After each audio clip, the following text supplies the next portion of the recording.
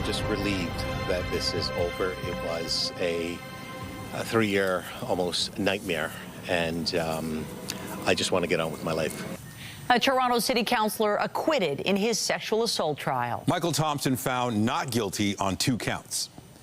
Good evening. We begin tonight with a verdict in the sex assault trial of a longtime Toronto City Councillor. Michael Thompson has been found not guilty on both counts after he was accused of sexually assaulting 2 women at a Muskoka cottage in 2022. CTV's Natalie Johnson joins us live with the details and reaction. Natalie.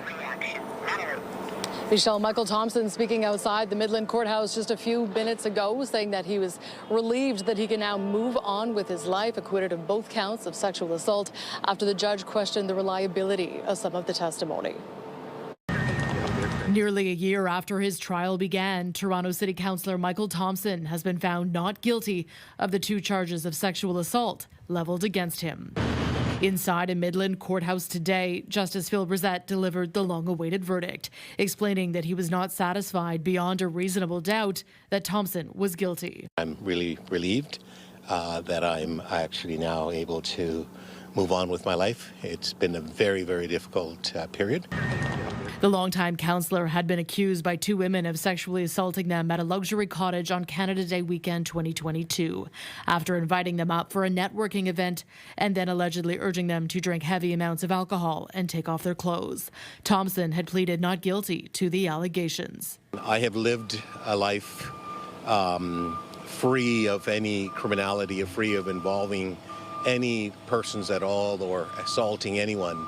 And this condition and situation is created in a very timely way to create a situation in which my character was called into question. On the first count, Thompson had been accused of inappropriately touching one woman while applying sunscreen to her on the dock. The judge ruling that although he believes Thompson did apply the sunscreen to her body, there were conflicting accounts about their positioning and how long this process took, and found it hard to believe that others so close by would not have seen it happening. Quote, the court is not convinced beyond a reasonable doubt that this prolonged and sexual touching alleged by the witness ever took place. On the second count, Thompson had been accused of sexually forcing himself on another woman in the middle of the night after she had fallen asleep intoxicated. The judge saying today, quote, the court finds Mr. Thompson's account of events was convoluted, it lacked a reasonableness to it, and it took place in direct contradiction to his own sworn stated evidence of not wanting anything sexual to take place. But the judge said that he had concerns about the complainant's recollection of what took place due to intoxication, memory loss, and admitted periods of blackout, ruling therefore that the court could not prove the allegation beyond a reasonable doubt. It took a very, very long time. So I'm so delighted for him, and I'm glad that he can go home today and believe that the justice system does work, and it does work well. I did not sexually assault anyone. And I think it's really important to understand that there are forces, and I'm aware as to who they are, have created this condition and situation where I've had to go through almost 3 years of hell. Thompson alleging that the accusations were politically motivated, suggesting he may reveal more at a later date. Thompson has served on Toronto City Council for more than 20 years, saying today that he looks forward to get back to the job. Reporting live, I'm Natalie Johnson. Nathan, back to you. Thank you, Natalie. Still ahead, Chrystia Freeland resigns from cabinet, taking on a new role as Canada's envoy to Ukraine. Her message to Canadians and reaction in Ottawa. But first, we're learning new details about a deadly shooting in Scarborough. Police have identified the victim and made an arrest in the case, but believe another suspect is still outstanding. CTV John Musselman joins us from 43 Division with the latest. John. Well, Nathan, we do know the name of the man who was killed. He's been identified as Shakur Johnson Sargent. He's 23 years old. We're told he was an aspiring artist. Now, we'll take you to some video from last night. We're at 4301 Kingston Road near Galloway. Police responded here last night just after 10 o'clock. Reports of gunfire. When they arrived, they found the victim here. They attempted first aid, CPR. He was pronounced dead at the scene. Now, one man has been arrested in connection with this homicide. He's been charged with first-degree murder, which detectives say indicate that this was planned and deliberate murder of this young man. They're also looking for a second suspect in connection with this case. They wouldn't get into the motive here at all, but they did confirm that they have information that this young man was an aspiring rapper in the area. I do have information that he had a rap persona. To the extent of that, I really don't know. I don't know how popular he was. I don't know what platforms he was on. I do know that he had some music he released, and keep in mind this is really early in the investigation. And detectives are really appealing to the community for help here. Anyone who may have information about the victim or what may have happened here last night when the gunshots were fired, they're asked to call Toronto Police or Crime Stoppers. Reporting live, I'm John Musselman. I'll send it back to you. All right, thank you, John. Homicide detectives are investigating a woman's death in Newcastle. Police were called to a home near Farrow Avenue and Highway 2 around 9 this morning. A woman in her 60s was found dead with what police describe as obvious signs of trauma. As you can see, this area behind me is quite isolated. However, if anyone does have information, we are asking them to come forward. We are currently speaking with witnesses to try to determine and build a timeline as to what occurred here. No suspect information has been released. Police are calling it an isolated incident. 3 people have been arrested after a violent carjacking in Oshawa, and the police pursuit was all caught on camera. There's a black fence here with hay in the middle. Just easy over that fence. Yeah, sorry, that's subject is being taken into custody here. Officers were able to track down the suspects in a field near Conlin and Stevenson Roads with help from a police helicopter.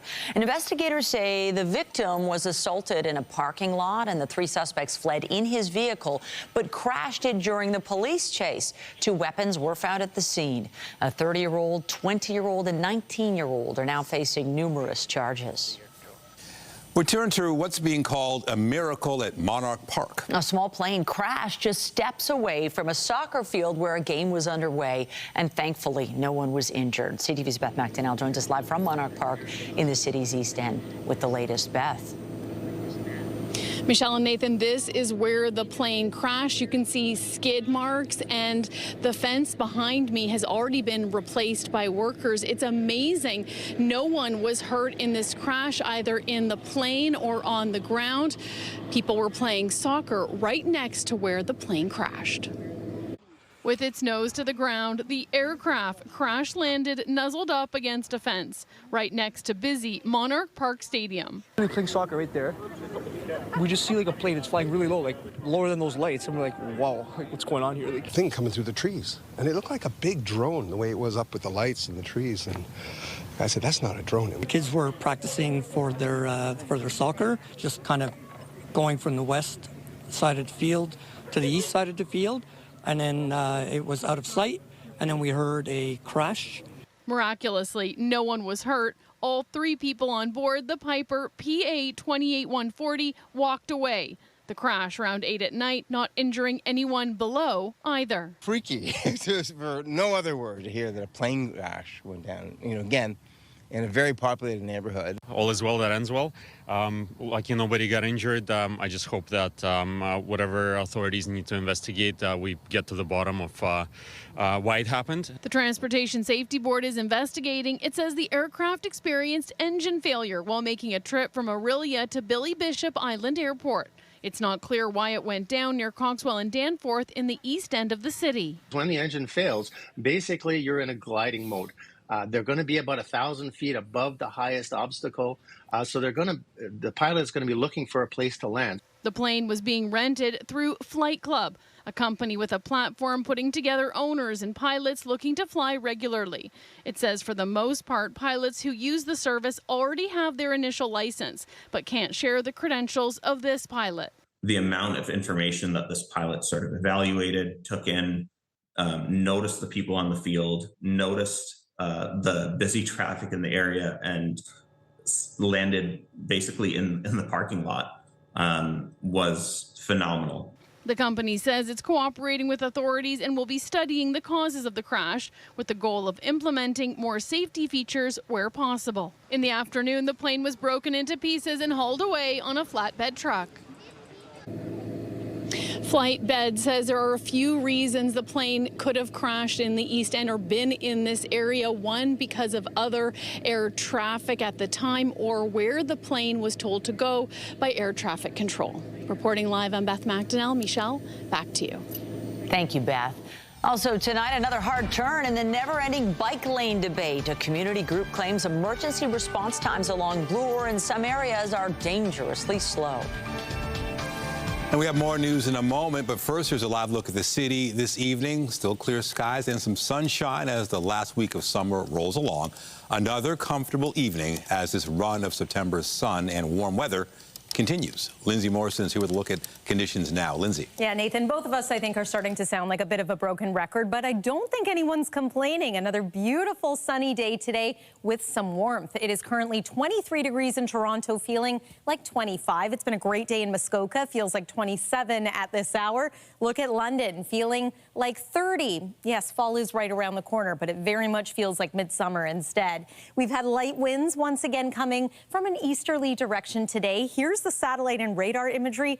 Nothing to show you. It's been a beautiful blue sky day, and we are looking at clear skies through the overnight hours tonight. Forecast low 14 degrees, light winds tomorrow, much of the same, maybe a little bit warmer. And we're going to take you through the forecast into the weekend coming up. For now, Michelle, I'll send it over to you. Thank you, Lindsay.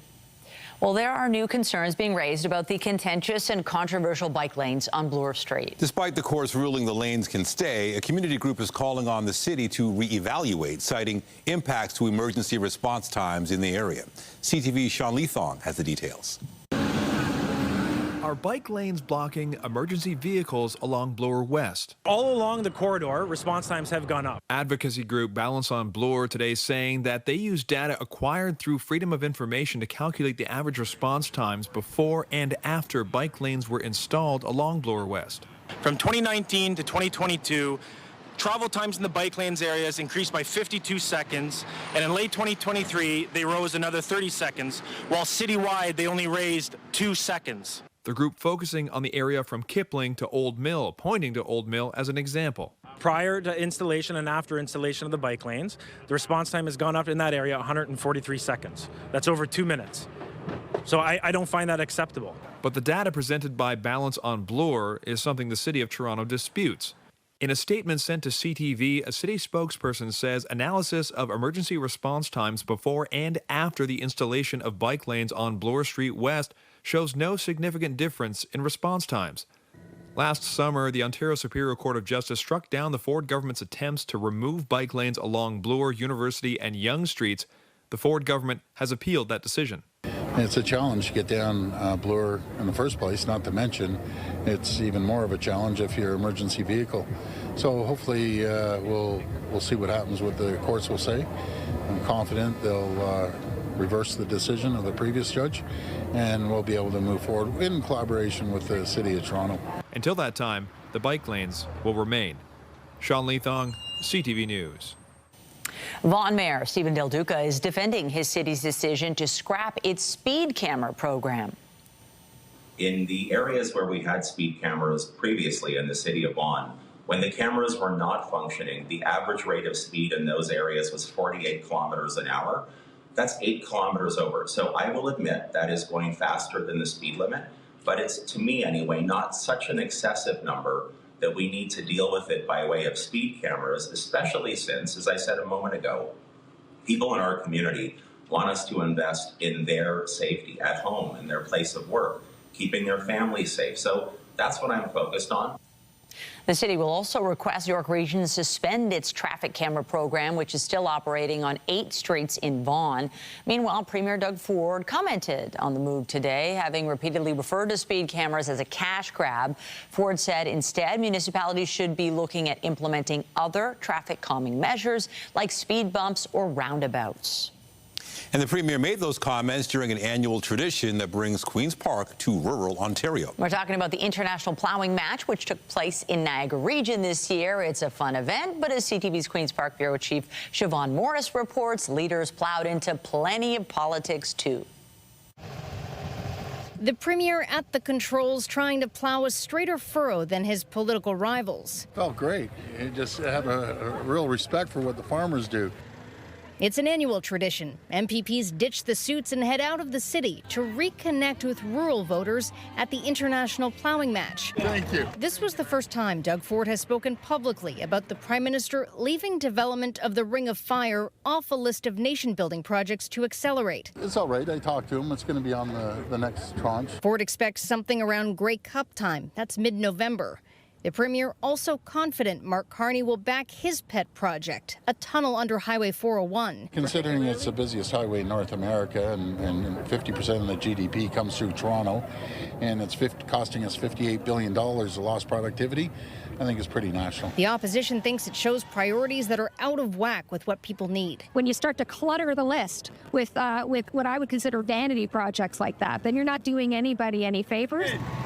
The Liberal presence at the plowing match was muted. Outgoing leader Bonnie Crombie sat this one out. She just went through probably one of the most difficult times you can go through as a political leader. She needs some time. Liberal MPPs who ran against Crombie not sure if they'll take another shot at leading the party. I am thinking and trying to decide what I want to do. And Adel's over here too. Adel, are you thinking about going again? Too early to say. This field trip for MPPs is the first time they've been together in these numbers since the House let out in June. They won't be back at Queen's Park until October 20th.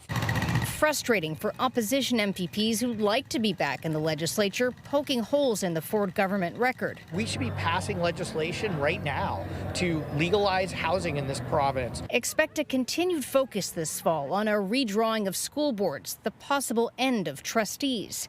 The Minister of Education defends going after small expenses filed by trustees operating in a $31 billion budget. How do you go to a parent in a school who's being asked to give money and say, don't worry, it's only $1.22? And that is the exact reason why we're taking steps to get the system under control. The new model for school boards will be announced before the end of the year. Siobhan Morris, CTV News. Canadians will find out November 4th how the government in Ottawa plans to spend our money. The date for the federal budget has been set. I've always said that we want to be transparent with Canadians, to be upfront. I'm not sugarcoating anything. I've said this is going to be a generational investment. We're going to have to make tough choices. We're going to be asking from Canadians to work together with us because they understand this is a transformational moment. This is nothing like business as usual. There's nothing business as usual in the world economy. The budget typically arrives in the spring, but the Liberals delayed the fiscal update until the fall. It will be the first under Prime Minister Mark Carney. He's billed the budget as both cost-cutting and investment. The minority government will need support from at least one other party to pass the budget in Parliament. Meanwhile, longtime cabinet minister and former deputy prime minister Chrystia Freeland is quitting cabinet again. Freeland is now set to serve as Canada's new special representative to help with the reconstruction of Ukraine. CTV senior political correspondent Mike Licatour has the details. Chrystia Freeland isn't stepping down as an MP yet, saying in a statement she won't run in the next election. A source familiar with the appointment says Freeland will work directly with the Prime Minister on the rebuilding of Ukraine. Chrystia Freeland left her final cabinet meeting accompanied by Prime Minister Mark Carney, signaling an amicable departure. Details of her new job only came in a statement from Carney saying, "I have asked Chrystia to serve as Canada's new special representative for the reconstruction of Ukraine." A source speaking on background says Freeland will work with Ukrainian leaders to rebuild its economy, an effort she championed under the Trudeau government as well. The work that Chrystia will lead on Ukraine will be deeply impactful, not just for the war, but for Canada's national security. Freeland has been a member of Parliament for 12 years, serving under Prime Minister Justin Trudeau, handling key portfolios like international trade and foreign affairs. She also led the negotiation for the Canada-US-Mexico trade agreement. She's had literally every tough assignment there is in government, and she's done it, with extraordinary flair, and she's done a great job. In 2020, Freeland became Canada's first ever female finance minister. 4 years later, she resigned from Trudeau's cabinet with a blistering letter criticizing the Prime Minister and costly political gimmicks, a move that led to Trudeau's own resignation less than a month later. Freeland ran for the Liberal leadership, but came in a distant second to Mark Carney. In a statement, she thanked her constituents and praised the current Prime Minister, saying Mark Carney is a unifier in a time of crisis, and I have absolute confidence in his ability to lead us through it. Ontario's Premier also praised her time in politics. She's always a friend. I talk to her almost daily, bi-daily, and she's a good person, and she'll do a great job over in Ukraine, and I support her all the way. Late this afternoon, we learned who will fill the void in Cabinet. The minister in charge of Canada-U.S. trade, Dominic LeBlanc, will now take over on internal trade. And the transport file will be handled by Government House Leader Steve McKinnon. Mike Lecouteur, CTV News, Ottawa. And with a new session of Parliament now underway, the Assembly of First Nations outlined today what it wants to see from the government. With the new session of Parliament, we are releasing an open letter today to all parliamentarians this week to provide an overview of the legislative priorities of the Assembly of First Nations that we've been discussing with chiefs since the end of June. We are also taking the opportunity to remind all parliamentarians of Canada's legal obligations to First Nations when making decisions that impact our inherent rights, our title, and our treaties. The AFN says several outstanding issues in First Nations communities, such as a lack of infrastructure and clean drinking water, still require federal attention and money. The organization is concerned those issues and others will be sidelined by Ottawa in favor of economic interests. Today, one chief warned unless funding levels are increased or maintained, First Nations shouldn't be expected to help the government move its major projects agenda forward. In the Middle East, hospital officials say Israeli strikes in Gaza City killed at least 69 Palestinians today, as Israel's begun a new ground offensive in the city. Residents reported heavy strikes across the city. Tens of thousands are now trying to leave northern Gaza. The UN estimates more than 70,000 people have fled the region in the past few days, but hundreds of thousands more are still there. Israel has told residents to evacuate for the past month, but many were unable because of the cost of having nowhere, because of costs make that, or having nowhere to go. The military has not offered a timeline for the offensive it says is intended to destroy Hamas's military infrastructure.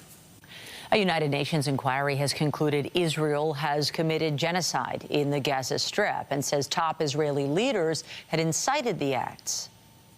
The one is the Prime Minister, the other the President, and the third is the former Minister of Defense. And we said that since they acted as agents of the state, then the state of Israel is responsible. The report found Israel has committed 4 of the 5 categories of actions that constitute genocide as laid out in the 1948 UN Genocide Convention. The Israeli ambassador to the UN rejects the accusations. Israel categorically rejects the libelous rant published today by this Commission of Inquiry. It spreads the malicious genocide narrative. The report diverges from the mandate of the Commission, yet again stressing their biased analysis. The United Nations Secretary General says what is happening in Gaza is horrendous, and the war in the Palestinian territory was morally, politically, and legally intolerable. But Antonio Gutierrez says a determination of genocide can only be made by the UN's highest court. Prosecutors will seek the death penalty for the man accused in the fatal shooting of American political commentator Charlie Kirk. Tyler Robinson's been charged with aggravated murder, felony discharge of a firearm, and obstructing justice. Prosecutors say evidence includes a text message confession. He's accused of murdering Kirk during an event at a Utah university last week. Donald Trump is in the UK for an unprecedented second state visit. The 2-day trip will mix trade deals, royal pageantry, but also criticism. The U.S. president was met with a huge photo of himself and convicted sex offender Jeffrey Epstein on the lawn outside Windsor Castle. It's where Trump is spending the night. CTV's Joy Malvin is in the UK, where his visit comes with mass security. It's a striking show of force. In Windsor, police on the streets on horseback patrolling the River Thames. And there will be a no-fly zone. Police are concerned someone might try to fly a drone over the castle walls. After the targeted assassination of conservative activist Charlie Kirk, as well as the attempts on Trump's life, no one is taking any chances. All of the events will be kept inside for security reasons and hidden from the public. Those hoping for a glimpse of the U.S. president in Windsor will be disappointed. Donald Trump and the First Lady arriving here by helicopter. That's how tight security is. This is the second state visit. You know, it's spectacular. It's a shame, really, they're not having a carriage ride through Windsor. The Stars and Stripes along with the Union Jack may be on display, but not everyone is rolling out the welcome mat. Oh, this man is endangering human life on this planet. He's got to be told that, and I can't go to America, so he's kindly come here. Trump will avoid the demonstrations and protests against his visit from the Stop Trump Coalition and others, angry over what they call the president's divisive politics. Trump and the First Lady will be treated to a grand display of royal pageantry, hoping this so-called soft power of the royals will appeal to the unpredictable president.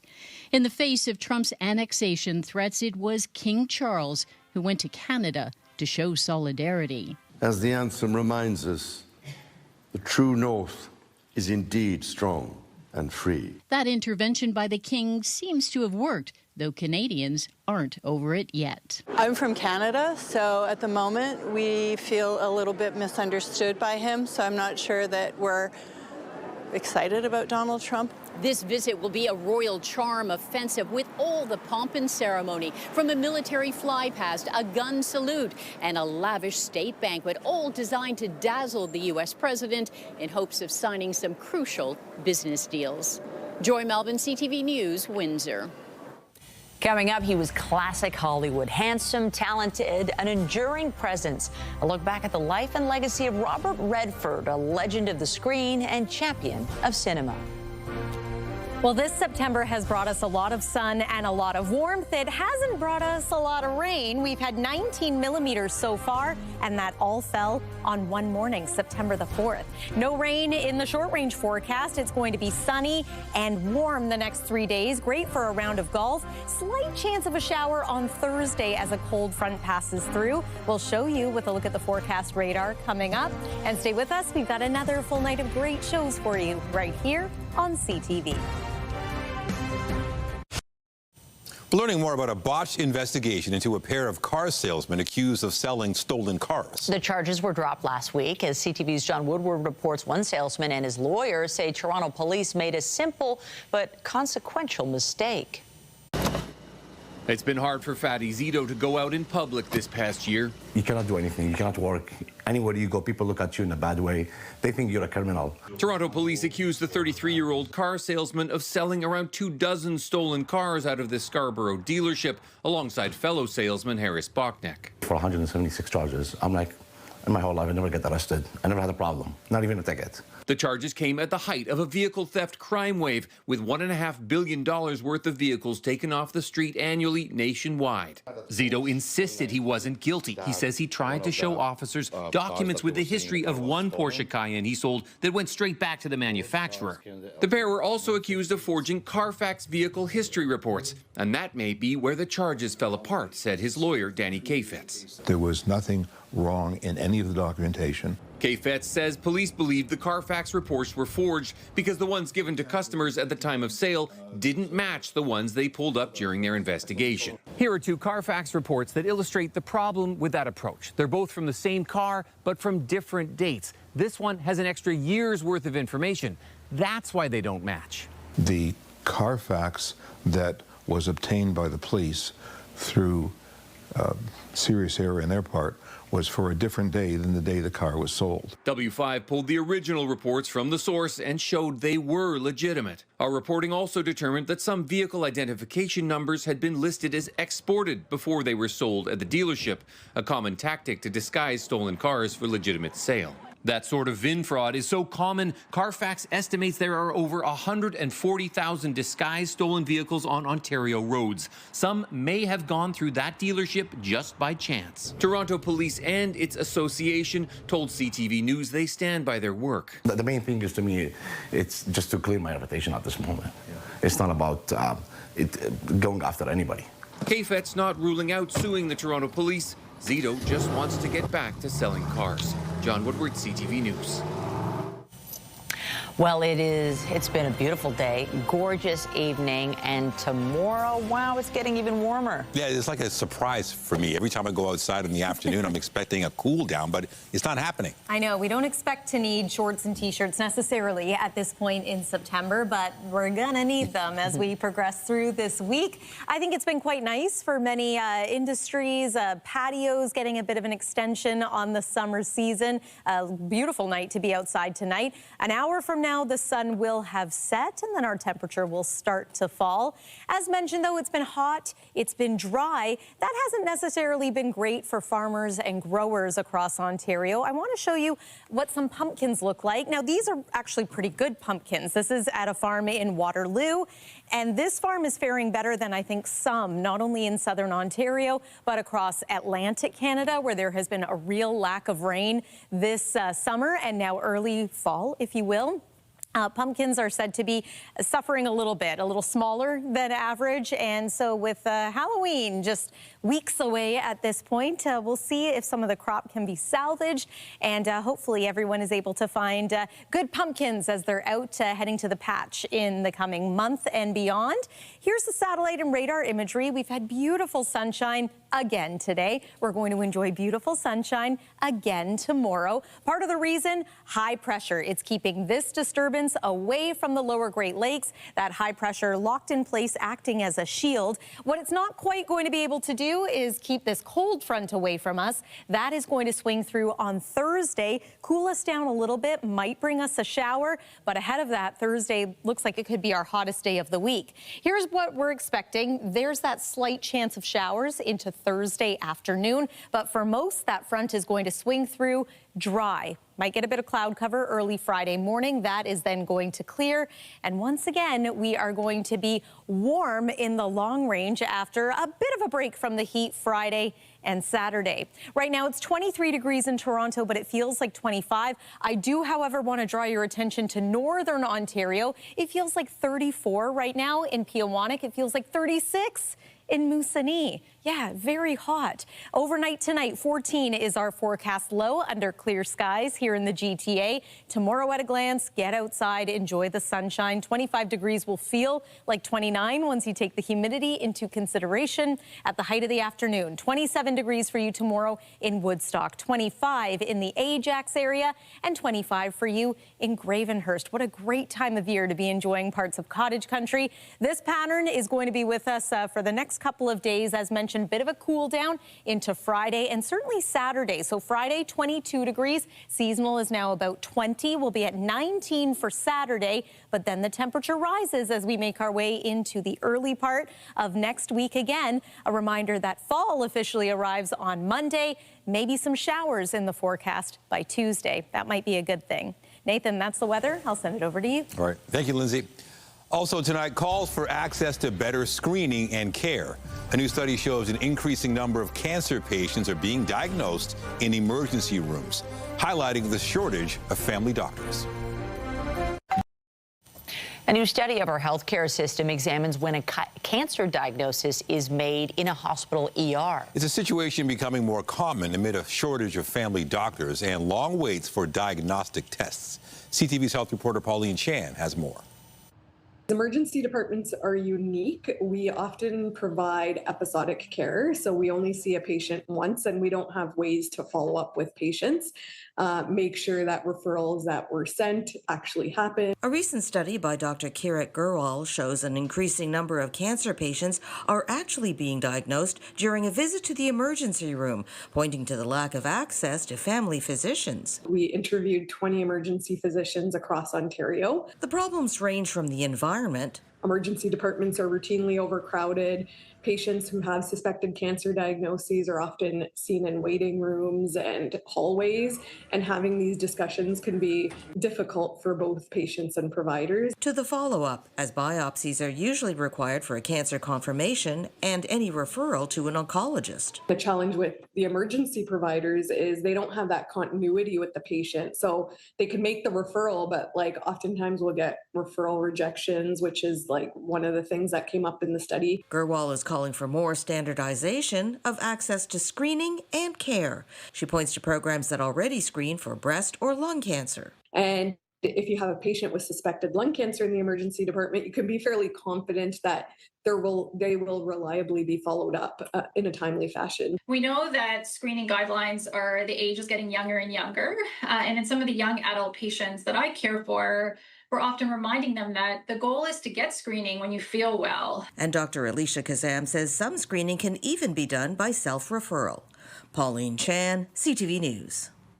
The entertainment world is remembering one of the biggest names in Hollywood. Oscar-winning actor, director, and environmentalist Robert Redford has passed away at the age of 89. And tonight, the tributes are pouring in. CTV's Andrea Case joins us with more on his life and his legacy. Andrea. Michelle and Nathan, certainly am. And so you have to remember that this is a man who, of a certain age, you may not even know who he is. So let me give you a bit of a history lesson. Tributes are pouring in for the late, great Robert Redford. Ron Howard says he supercharged America's independent film movement, an artistic game changer. Co-star Barbara Streisand called him one of the finest actors ever. Another co-star, Jane Fonda, says she can't stop crying. He stood up for an America we have to keep fighting for. Well, that ought to do it. Use enough dynamite there, Butch? There are movie stars, and then there was Charles Robert Redford Jr. Born in Santa Monica, California in 1936, his acting career began on television in 1959. He moved on to Broadway, and then came the movies. His good looks cemented his leading man status.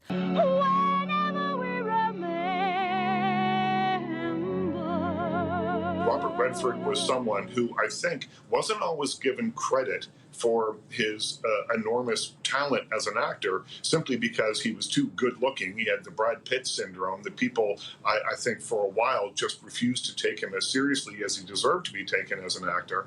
But then you look at those films and you place them back to back to back. You see how different they all are, and you see that the common link is Robert Redford.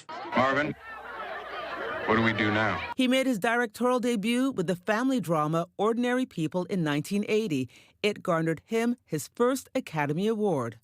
I think probably the high points are ones where I was able to make a film that I was told I couldn't.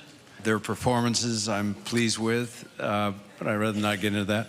Redford stood for many issues, his star power attracting attention to causes which included political activism, the environment, Native American and Indigenous peoples' rights, and LGBTQ rights.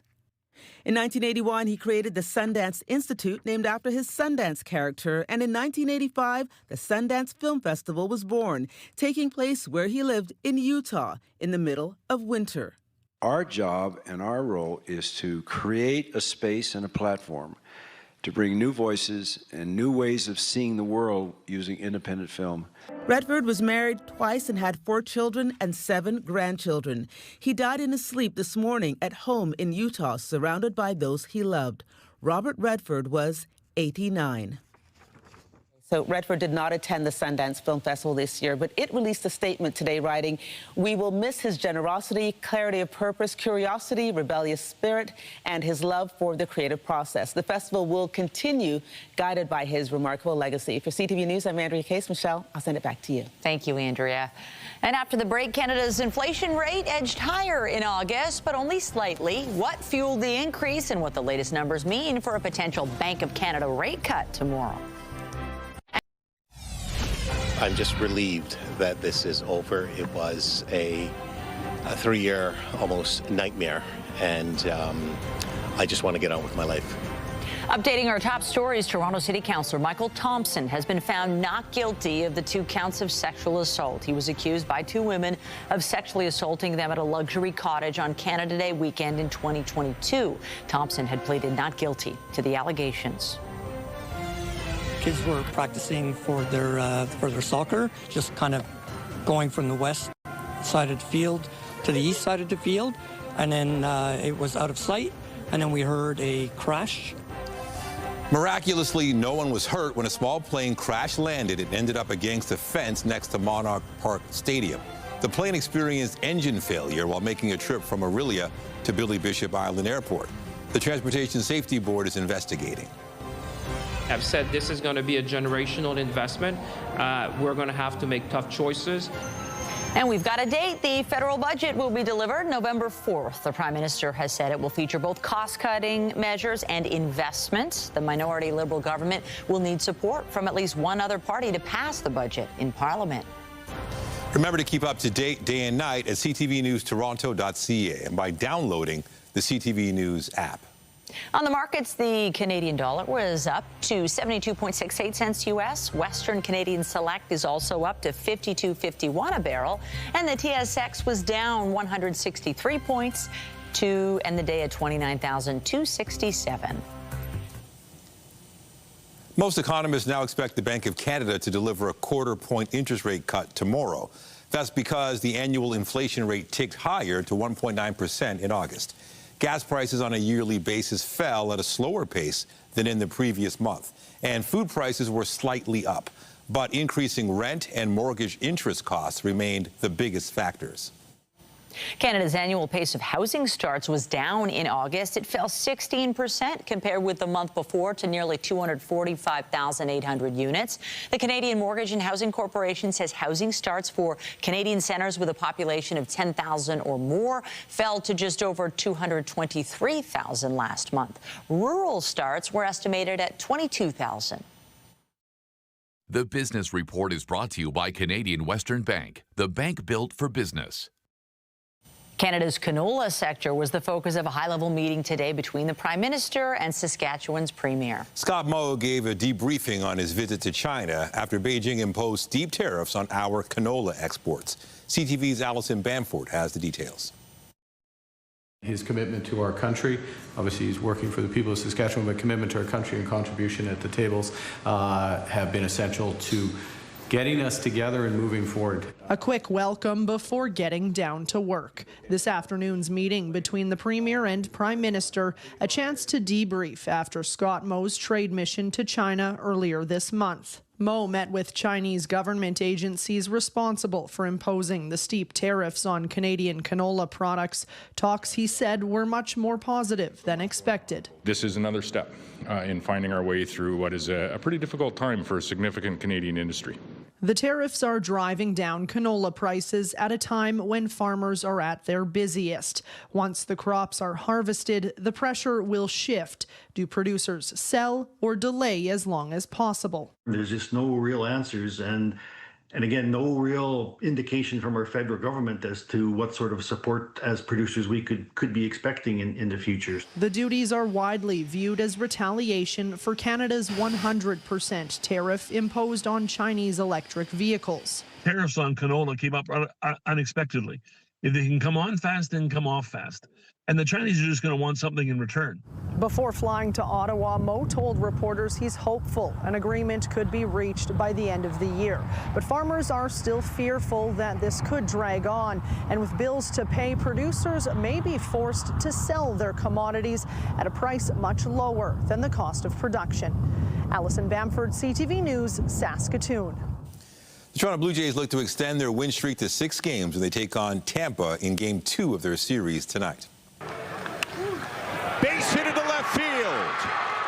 And Ernie Clement is rounding third and on his way in to score the go-ahead run. The Jays won 2-1 in 11 innings last night. Tonight, Jose Barrios gets to start for the Jays, who lead the American League East by 5 games over the New York Yankees. Both teams have 12 games left in the season. Canada's Ethan Kasberg won gold in men's hammer throw at the World Athletics Championships in Tokyo today. He threw for 84.70 meters, breaking an 18-year record as well as his own previous Canadian record. Canada continues to dominate hammer throw after Cameron Rogers won her event yesterday. The pair have won back-to-back world titles and are the reigning Olympic champs. Just ahead, 80 years young. Toronto music icon Neil Young is getting a big birthday bash at Massey Hall. The Canadian musicians on the guest list and the planned celebration. Well, he's a Canadian icon, and Neil Young is about to celebrate a milestone birthday. And to mark the occasion, a big party's planned here in Toronto.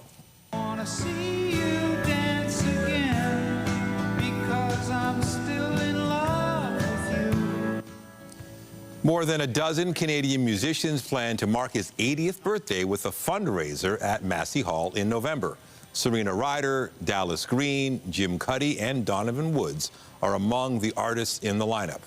Organizers say the set list will span Young's entire catalog of music, which dates back to 1969. Wow, that's how you celebrate a big birthday. And proceeds from the concert will go to the music education charity Music Counts. Neil Young himself has, of course, been invited to the party, but it's not yet clear if he'll attend.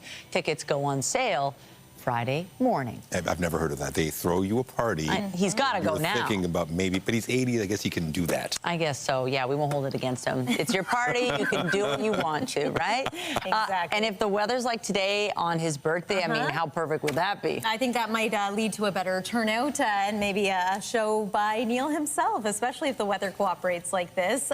Beautiful evening. Here's one more look at what you can expect over the next couple of hours. The sun going to set not too long from now. Tomorrow morning, a beautiful start to the day. That's around 8 a.m.